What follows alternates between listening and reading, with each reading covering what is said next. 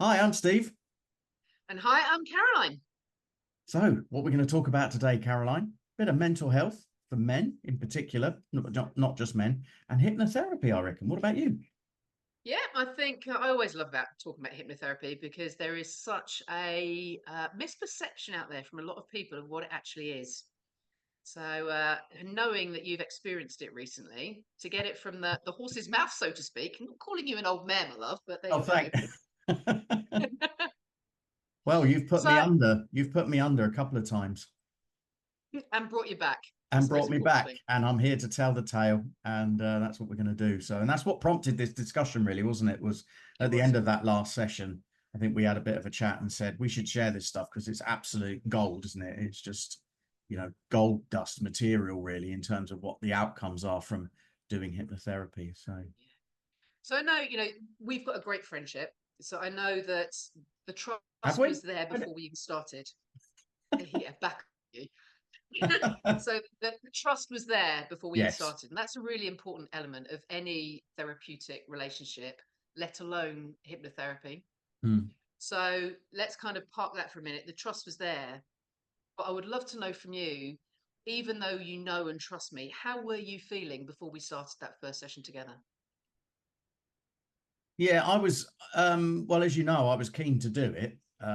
So keen, in fact, that I drove all the way to your house to, have a session in your little studio, which was amazing, by the way. And yeah, I was really, really keen to do it. I'd had some hypnotherapy before, and I know what the results can be.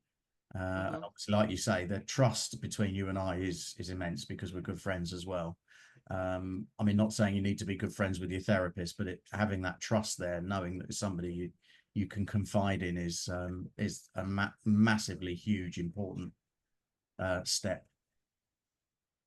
If Hmm. all those words worked out to make a sentence, then that would Rearrange these words in a new order. rearrange those. It's important to have trust with your therapist, was what I was trying to say. But you're so absolutely right. Tell us a Yeah. bit, tell us from your point of view, because I know what I think hypnotherapy is, and I know how I would explain it. But from your point of view as a therapist, how would you describe it? So when I talk to a new potential client or someone that's interested, the way I explain it is if you think about your mind being in two parts, at the front part of the brain, sort of above our eyebrows, that area is what we call the conscious mind. It's the part of the brain that's rational, logical, deductive.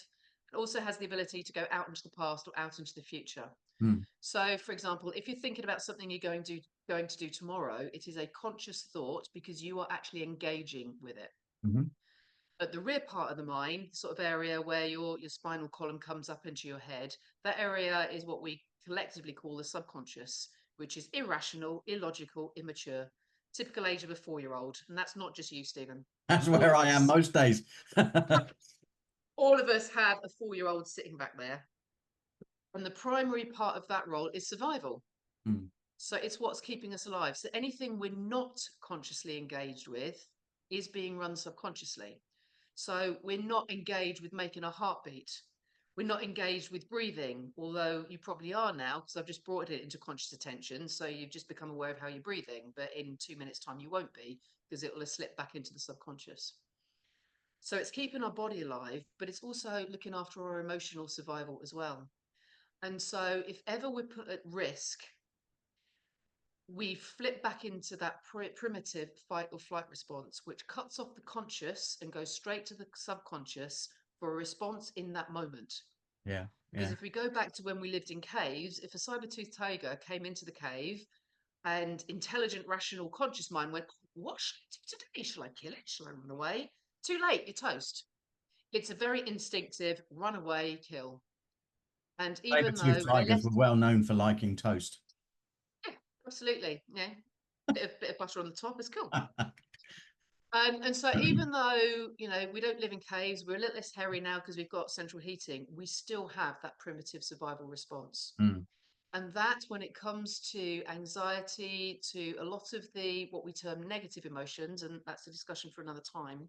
My perception is there are no negative emotions, there's just emotions, it's how we choose to label them. Mm. But all of the emotions that we have are then being run by that 4-year-old. Yeah. What's the most appropriate emotion in that time? It may be anxiety, it may be anger, it may be jealousy, it may be guilt, it may be love, it may be joy, but all of those are instinctive in that moment. Yeah. And a lot of the reasons that people seek support, let's use the word therapy, even though, again, I would much rather say let's have mental coaching. We have physical coaching, and that's deemed okay. Mental coaching, suddenly, for whatever reason, is deemed negatively. But if we want to enhance how we're using our mind, it's understanding what's the trigger. And that's where hypnotherapy is really effective because it works at that subconscious level. It's not applying a logical, rational, deductive solution because that takes a lot of effort. It takes mental power. But when you're in that crisis mode, the conscious mind isn't accessible, it's shut off. Mm.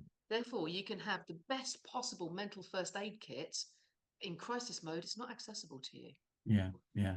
So, why I love hypnotherapy is because it gets to the root cause and deals with the roots. So, I use metaphors a lot with the clients that I work with.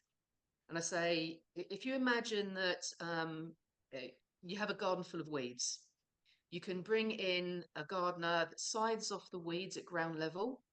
The garden looks lovely for a couple of days, but the weeds start growing again. So you have to keep getting the gardener back in. That's a bit like the talking therapies. And I don't want to be negative. Counseling, psychotherapy, they all work. They tend to take quite a long period of time. Mm. One of my probably greatest strengths and greatest weaknesses, I'm a really impatient bitch. I want results really quickly. So my form of gardening is I come in with my toolbox and I give my clients a trowel and I teach them how to dig up the weed from the roots.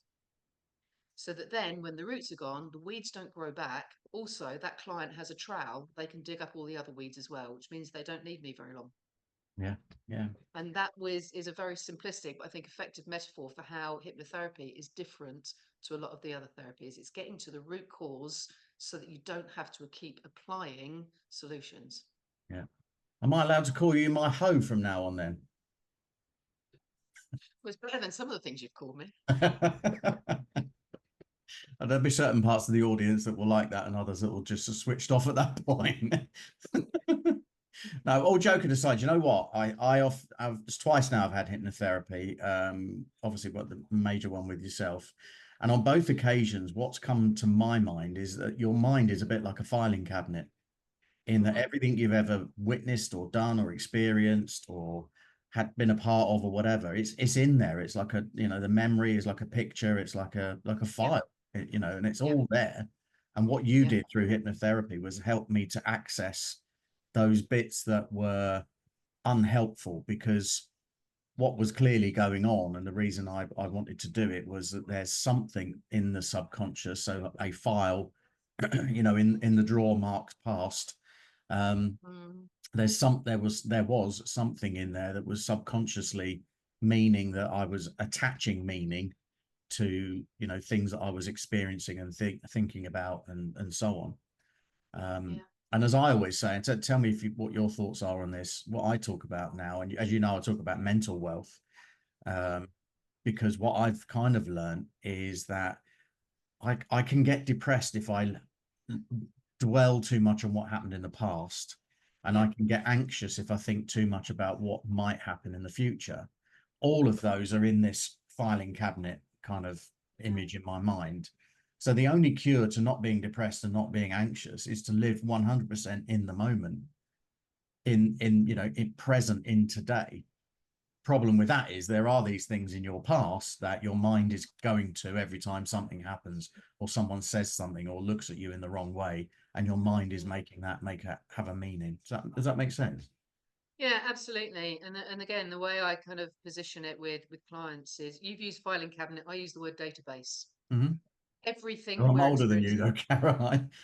much, um, everything that we experience goes into this database. So Right. you've got this vast amount of data, but it starts to get allocated against speak, Caroline, key criteria. One of them being survival, the other one being intensity of emotion. And so you end up with a database structure that looks a lot like an iceberg. So you've got references, you've got experiences that are easily accessible. That's like the bit of the iceberg above the water.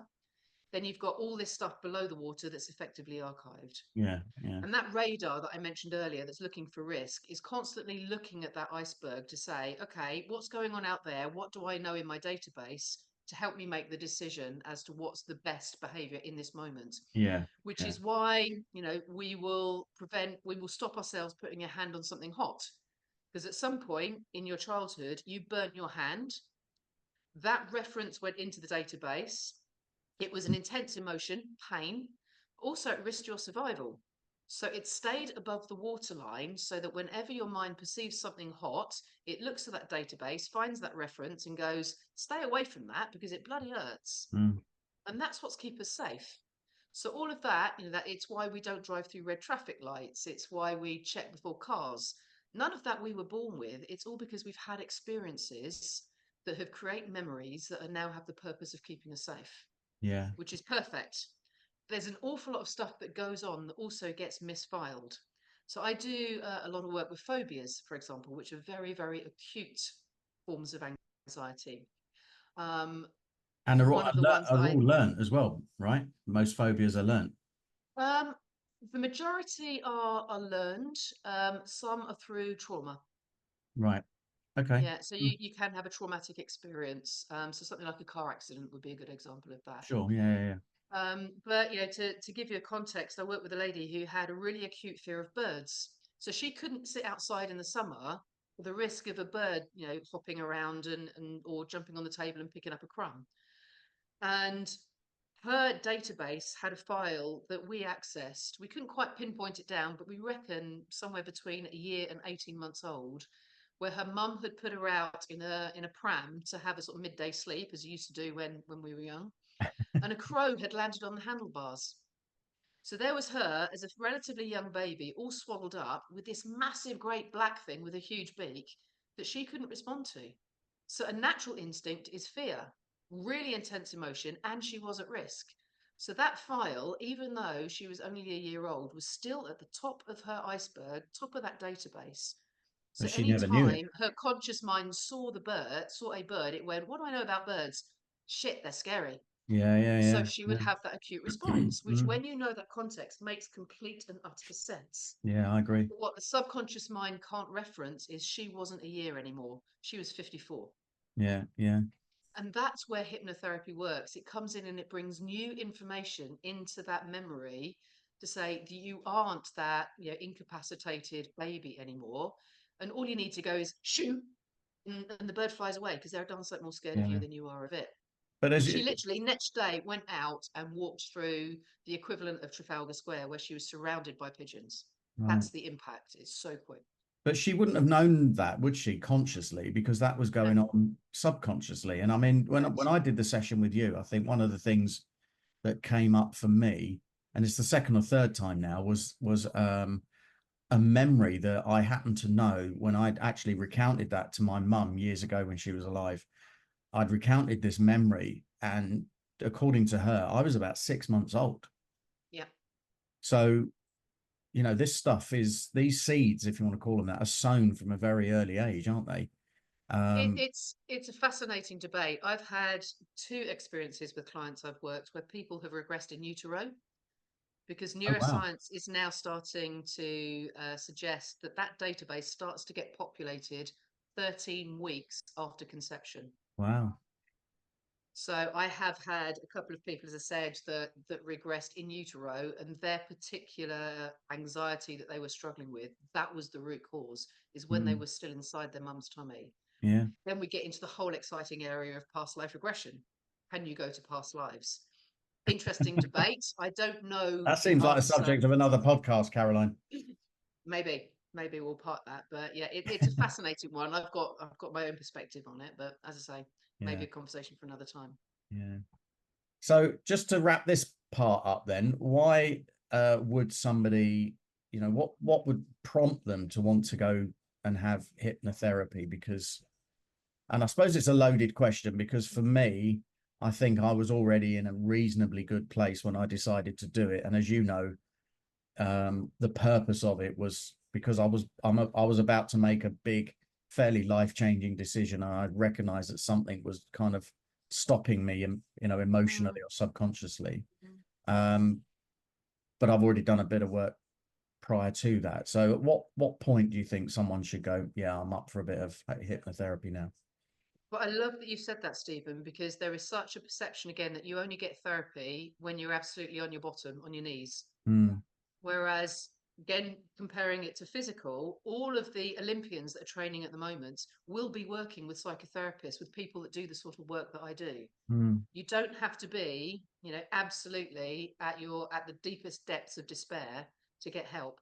yeah, Anything that you is holding you back, hypnotherapy can help you with. So whether you're absolute, in a deep dark hole, hypnotherapy can help you. If you're in second gear, it can get you to third gear. If you're in fifth gear, it can get you to sixth gear. If you're in 10th gear, it can get you to 11th gear. mm, We all have things that, in whatever shape or form, are holding us back. And typically, that thing, which was a prime example of where you were, you didn't understand what was holding you back because it was at the subconscious level. So look at the subconscious level and you will find what that issue is. yeah, And that's what hypnosis gives you access to. yeah. Excellent. Now, in part two, what we're going to talk about is the difference between how maybe men and women, and any other genders that you choose to be, are defining or how they approach mental health or mental wealth. So join us in part two. I look forward to it. Great chat, Stephen. Thank you.